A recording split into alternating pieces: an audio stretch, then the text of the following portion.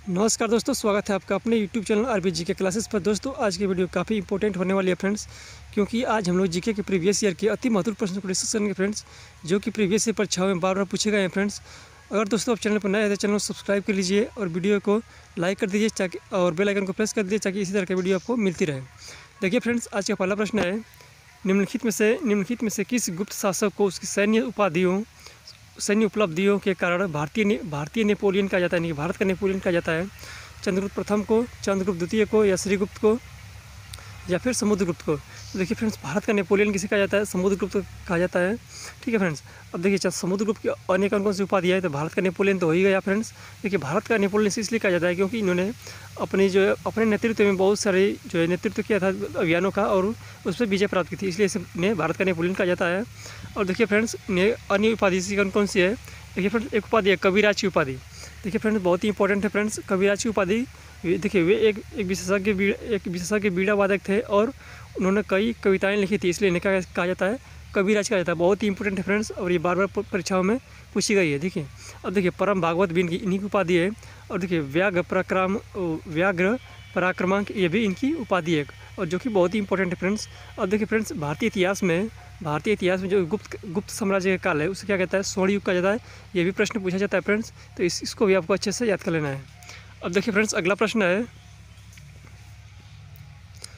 प्रत्येक वर्ष राष्ट्रीय उपभोक्ता दिवस कब मनाया जाता है? प्रत्येक वर्ष राष्ट्रीय उपभोक्ता दिवस कब मनाया जाता है?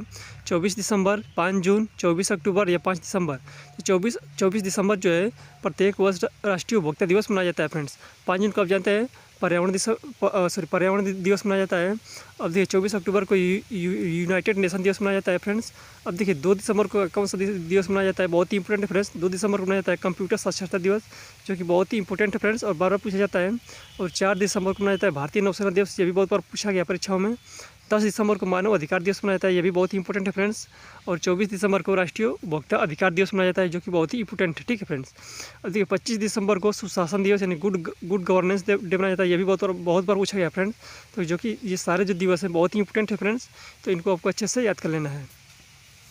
अब देखिए फ्रेंड्स, अगला प्रश्न है, निम्नलिखित में से किस राज्य या केंद्र शासित प्रदेश के साथ सिद्धि धमाल नृत्य जुड़ा हुआ है? सिद्धि धमाल नृत्य कहाँ का है? अंडमान और निकोबार द्वीप समूह का, या फिर गुजरात का, या लद्दाख का, या नागालैंड का?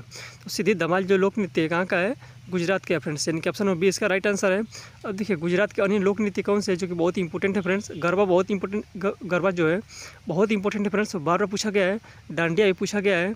और देखिए टिप्पणी जो है ये भी पूछा गया है। भवई भी वहाँ का भवई भी है जो कहाँ का है? गुजरात का भी है। हुंडो भी है और पधार भी है। देखिए इसमें गरबा, डांडिया, टिप्पणी बहुत ही इंपॉर्टेंट फ्रेंड्स।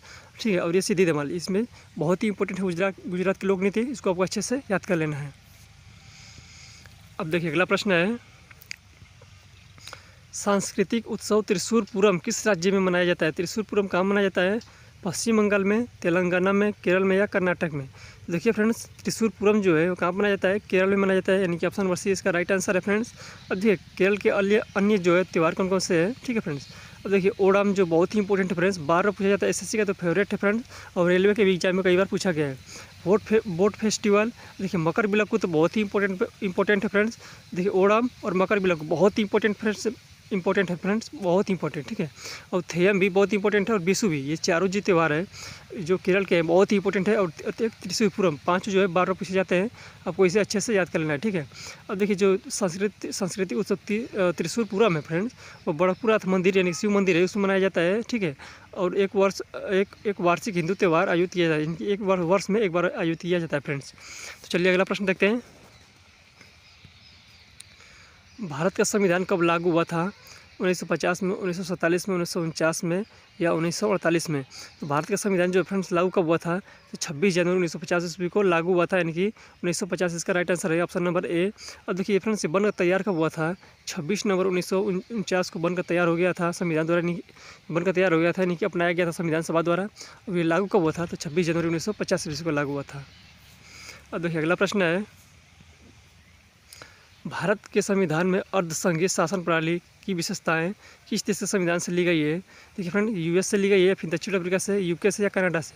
तो जो अर्धसंघीय शासन प्रणाली है वो कहाँ से ली गई है? कनाडा से ली गई है, इनकी option number D option number D इसका राइट आंसर है। अब देखिए कनाडा से और अन्य जो कौन कौन सी विशेषताएं जुड़ी गई है। एक मजबूत केंद्र के साथ संघ, केंद्र की अवशिष्ट शक्तियाँ, केंद्र द्वारा राज्यपालों की नियुक्ति, सर्वोच्च न्यायालय के सलाहकार क्षेत्र। अब देखिए जो केंद्र की अवशिष्ट शक्तियाँ हैं ये क्या आंसर, ये कनाडा से बहुत बार पूछी गई फ्रेंड्स, तो आपको इसे अच्छे से याद कर लेना है। अब देखिए फ्रेंड्स अगला प्रश्न है, किस ग्रह को पृथ्वी का जुड़वां ग्रह कहा जाता है। बहुत ही इंपॉर्टेंट प्रश्न है फ्रेंड्स और बार बार पूछा जाता है। मंगल को, चंद्रमा को, शुक्र को या कार्ला को।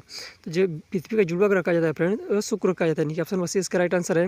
अब देखिए शुक्र को सुबह का तारा या भोर का तारा या शाम का तारा कहा जाता है। बहुत ही इंपॉर्टेंट प्रश्न है फ्रेंड्स और बार बार पूछा जाता है, तो इसे आपको अच्छे से याद कर लेना है। देखिए इसका और एक मज़ेदार फैक्ट ये है कि इसका अपना कोई चंद्रमा यानी उपग्रह नहीं, इसका कोई भी उपग्रह नहीं है फ्रेंड्स। तो इन सभी प्रश्नों को आपको अच्छे से याद कर लेना है। अब देखिए अगला प्रश्न है, निम्नलिखित में से कौन सा राज्य मिजोरम के साथ अपनी सीमा साझा नहीं करता है। मेघालय, त्रिपुरा, मणिपुर या असम। तो कौन सा नहीं साझा करता है फ्रेंड्स, मेघालय के साथ कौन, देखिए मिजोरम के साथ अपनी सीमा साझा नहीं करता है। तो इसमें कौन सा साझा नहीं करता है, देखिए मेघालय, त्रिपुरा, असम या मणिपुर। तो असम के साथ कौन सा सीमा साझा नहीं करता है फ्रेंड्स, तो इसका ऑप्शन नंबर कौन सा राइट आंसर हो जाएगा।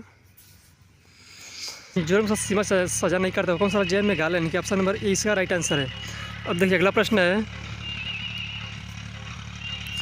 माध्यम के तापमान में वृद्धि ध्वनि को कैसे प्रभावित करती है। देखिए जब भी आप किसी भी माध्यम का तापमान बढ़ाएंगे तो ध्वनि की तीव्रता कैसी होती है, बढ़ जाती है, यानी कि ऑप्शन नंबर कौन सा आंसर राइट, यानी कौन सा ऑप्शन इसका राइट आंसर हो जाएगा, यानी कि ऑप्शन नंबर बी इसका राइट आंसर हो जाएगा फ्रेंड्स। और आप किसी माध्यम का अगर तापमान बढ़ाते हैं तो उसमें ध्वनि की चल क्या होती है, बढ़ जाती है, यानी कि ऑप्शन नंबर बी इसका राइट आंसर हो जाएगा। अब देखिए चूहों को मारने के लिए निम्नलिखित में से किस रसायन का उपयोग किया जाता है। मैग्नीशियम सल्फेट का, कैल्शियम कार्बोनेट का, जिंक फॉस्फाइड का या पोटेशियम एल्यूमिनियम सल्फेट का। तो जो जिंक फॉस्फाइड होता है फ्रेंड्स उसको चूहों के मारने के लिए प्रयोग किया जाता है, यानी कि ऑप्शन नंबर सी इसका राइट आंसर है। अब देखिए अगला प्रश्न है फ्रेंड्स, पृथ्वी की आयु की गणना के लिए किस तत्व के समस्थानी का उपयोग किया जाता है। कोबाल्ट के, कार्बन के, सोडियम का या रेडियम का।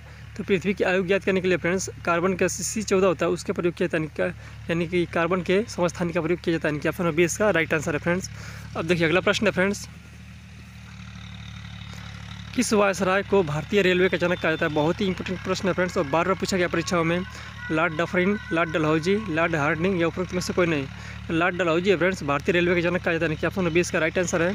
अब देखिए अगला प्रश्न है फ्रेंड्स, निम्नलिखित में से कौन सी चिली की मुद्रा है। देखिए फ्रेंड्स मुद्राएं बार बार परीक्षा में पूछी जाती है, ये बहुत ही इंपॉर्टेंट मुद्रा है। तो चिली की मुद्रा क्या है, पेसो, यानी कि ऑप्शन नंबर एक इसका राइट आंसर है फ्रेंड्स। तो फ्रेंड्स आज के लिए इतना ही, मिलते हैं अगले वीडियो में, तब तक के लिए जय हिंद।